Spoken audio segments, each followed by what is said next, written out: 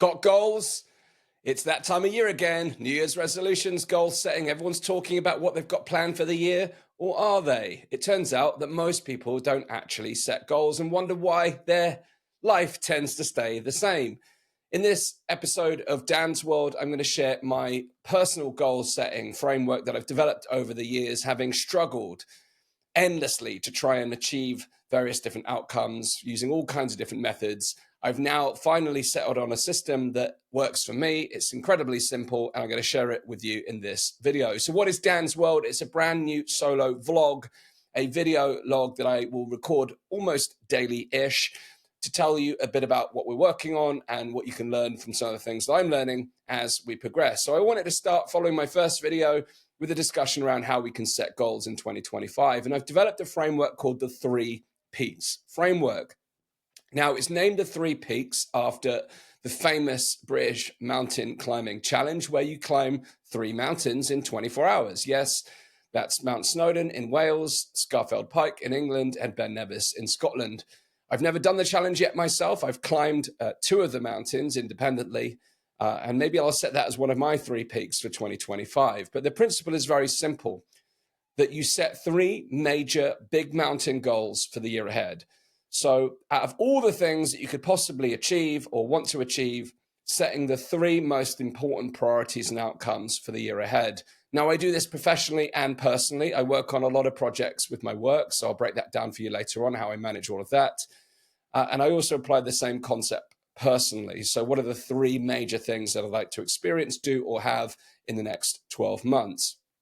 Now, the 3 Peak Challenge itself, even though, as I said, I haven't done it, I have many friends who do, is renowned for its importance when it comes to focus, strategy, and endurance. And the reality is, when you are working towards big goals and ambitions, you're going to need all 3 of those. First, you're going to need a clear plan, your strategy. You're going to need to remain focused, which is why we simplify it to 3 key things rather than 20 different things.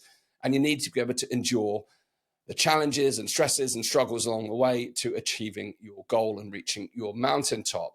But it's not as simple as just setting 3 goals for the year. There's a bigger process to that. There's actually 3 parts to it. And I plan to work this through on this wonderful whiteboard for you. In fact, here's one I made earlier. But my son has got hold of this, as you can see, and set his goals all over this. And it turns out he's done all of this wonderful art in permanent marker. But this triangle here, I may have drawn that triangle. It's unlikely he's connected 3 lines. He's only 3 years old. But interestingly, there's our mountain. And you could say these are other mountains. But we'll put that there, and I'll continue without that. So there's 3 parts to the process. The first is to decide what your primary focus is for the year. And the way I think about this is in terms of primary values. What is it that's really most important to me in a given 12 months? And I do that around 3 key words. And they effectively become my 3 theme words for the 12 months ahead. And what I try and do when I make my decisions on anything I'm working on, I come back to what are those 3 key theme words. So our first 3 peaks are those 3 key words. For me, it's freedom, it's prosperity, and it's vitality. Now, for those of you who do know me, I've become somewhat of a freedom fighter over the last 4 years. It's a big part of my identity. It's a big part of my focus. And in fact, it always has been. Personal freedom, professional freedom, and now social freedom, political freedom are all key variables for me that I value. So the ultimate thing I'm striving for is freedom. So whatever I choose in terms of my 3 peak goals, I want to be making sure that it's enabling me to experience greater freedom, whether through the work itself, advancing freedoms in the world, or personally experience greater time or money freedom so I can actually enjoy life in the way that I see fit. And often when people talk about things like time freedom, they always talk about it in a sense that, they want all the time in the world to be able to do whatever they want. And often it's almost expressed with a sentiment of doing nothing, almost having so much free time that you can do anything you like. Well, for me personally, I want more time freedom so that I can do more with my time because frankly, the 3 peaks isn't enough, but I've tried to simplify it to keep it real and focused. So the first thing we do is create our first 3 key themes. So in my case, freedom, prosperity, vitality. Let's talk about prosperity. In this case, prosperity is often associated with things like financial wealth and accomplishment. And that is an element of what I'm focused on for this year. Having spent 4 years as an activist, it's left the the bank balance looking rather shy. So I look to rectify that by returning to some of my more entrepreneurial roots this year and taking on projects that could accelerate my own financial independence. But prosperity isn't limited to financial prosperity. It's how can we prosper in our health, our relationships, our connection with others, and various other facets of our life. So prosperity is a theme that runs true for me this year, looking at achieving excellence in everything that I do and bringing extra care and attention to optimizing the situations that I place myself in. Now, lastly is vitality. Vitality is a fancy way of saying health, energy, fitness, vibrance, all of these different things. Ultimately, my belief is that if I'm more energetic, I'm more vibrant, then I show up better for my loved ones. I'm able to achieve and accomplish more during my work. And ultimately, it's going to fuel me for the long term. So again, when I'm looking at my focus for the year, the reason I've chosen this 3-peak strategy is because, yes, it's going to be a big slog ahead to achieve these big mountains, but it's simplifying enough that I'm not trying to take on 20 mountains in the space of 2025. So the 3 themes are the first thing we do. We set our 3 themes, and then we set our 3 peaks, our 3 primary goals for the year. Now, a lot of people get into this kind of SMART goal methodology where you make it specific, measurable, actionable, results orientated, timely, etc. Some say realistic. I prefer to take a different approach and actually dream big. So the whole point in setting 3 peaks is to set lofty mountains that you are excited to climb, so that there is a real peak of accomplishment when you attain it. And therefore we stretch ourselves. And as I said at the beginning of the video, most people don't set goals at all. And those that do often set them incrementally. So, if you achieved X, Y, and Z last year, people maybe increase their target by 5%. And really that's not going to materially change things. So I always think about how can I take a great giant leap each year? Doesn't always work, but at least if we've got that focus, even if it takes longer than 12 months, ultimately it's about having that primary focus that you're obsessed about over that time period. Obsessed is a strong word for some. For me, I become fueled by burning desire when I get really clear on what these 3 things are. And that's my wish for you, that you can find the 3 things that are going to really fire you up for 2025 so that you remain focused throughout the year ahead. And as I said, those 3 peaks require strategy, focus, and endurance. And if they don't feel like they require those 3 things, and I say dream bigger. You shoot for a bigger mountain. And yeah, sure, we live in a culture right now where it's like set the bar low and achieve it, or get a medal for just participating. I think that's doing our society more harm than good. So think big, give yourself permission to dream big again and start thinking about those mountains. And let's face it, there is no such thing as an unrealistic goal. Frankly, there's only an unrealistic deadline. So if it takes you 5 years to achieve your 3 peaks, but those are truly 3 major peaks for you, then that's fantastic. It's a major accomplishment. It's something that you really, really want to strive for. So first step is to decide on your 3 core themes. Then we set our 3 peaks, our 3 major goals. And then what I do from there is break each goal down into 3 major projects in each 90-day chunk of the year. I'm going to talk more about my 90-day process in another video. It's based on a concept called OKRs. And OKR stands for this concept, which is quite well known in the kind of business world. It's where you set an objective and have key results for each objective. So a bit like where I set my 3 peaks, I set those big, Jim Collins would call it big, hairy ass goals, something inspirational that you want to achieve.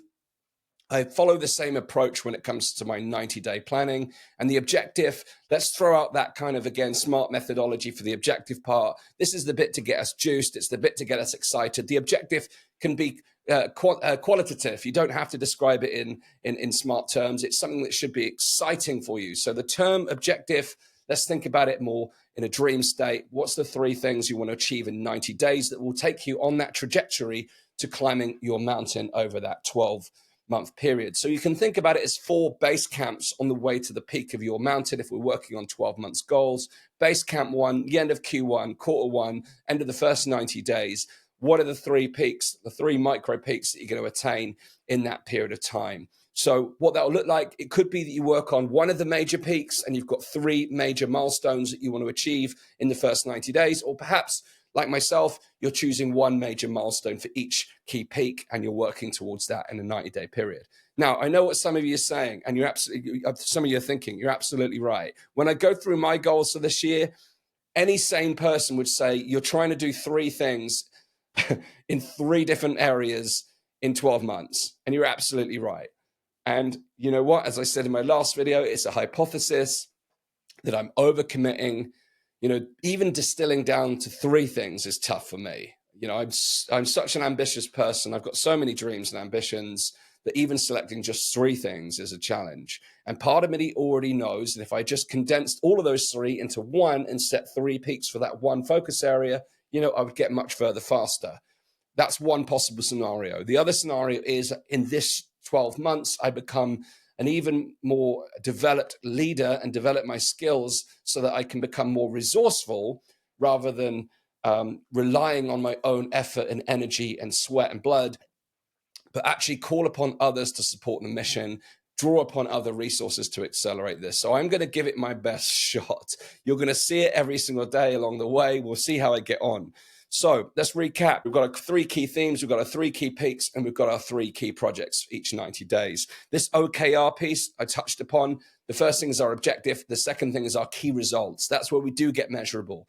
So if our objective is that big, exciting thing for the first 90 days, and by the way, why is 90 days a good time frame to look at? Well, honestly, when you look at 12 months, it's hard to predict what's going to happen in 12 months. It's hard to predict what's going to happen by the end of the week, let alone the end of the year. We live in such a fast-paced world, but almost across a 90-day period, what I've learned is that we can see far enough that we can actually reasonably accurately estimate what we can achieve in that period of time.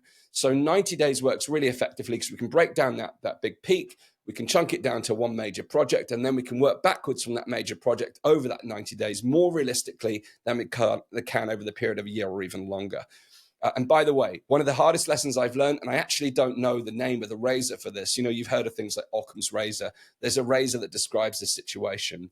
And I used to think this is personal to me, but I listened to a podcast recently and realized that it's not personal to me. Many people suffer this. But often we overestimate what we can achieve in a short period of time and underestimate what we can achieve over a longer period of time. So, for example, we may underestimate what we can achieve in the next decade, but overestimate what we can achieve in the next 12 months or the next 90 days. And this razor shows that people often overestimate on the short time frame by 2 to 3 times. And that has been so true for me, and to the point where if I'm brewing a cup of tea, I'll go and come back to my desk and I think I'm walking back to it 3 minutes later, but it's actually 9, 10 minutes later, stewed to the max, build a tea. And that's just a simple metaphor to represent how easy it is to overestimate the time it takes to do something. So it shouldn't take you 9 minutes to brew a cup of tea, but when it comes to your projects and goals, allow up to 3 times as long as you think it will take in order to achieve it. And then you either pleasantly surprise yourself and achieve it earlier, or you actually finish on time. Most people underestimate how long things are going to take. So use that rule, use that razor. I'll look up the name for it, type it in the comments if you know. But by 2.5 to 3 factors. So it's that way to give you that buffer, make sure things are attainable.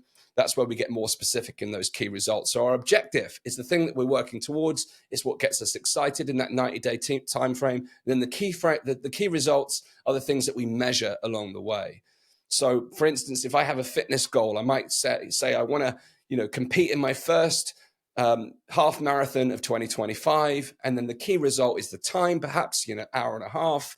And then there may be some other results along the way, speed per mile that I deliver in the training or X amount of runs per week. So we get measurable in the key results. Now, as I said, I don't want to bog you down into the 90-day process. I'm going to talk more about that in a future video, but I wanted to layer up this process from the 3 core things that you're focusing on, your 3 peak goals, and then your 3 key projects. And I'll break down that OKR process in another video. Bringing it back to these three parts of the method.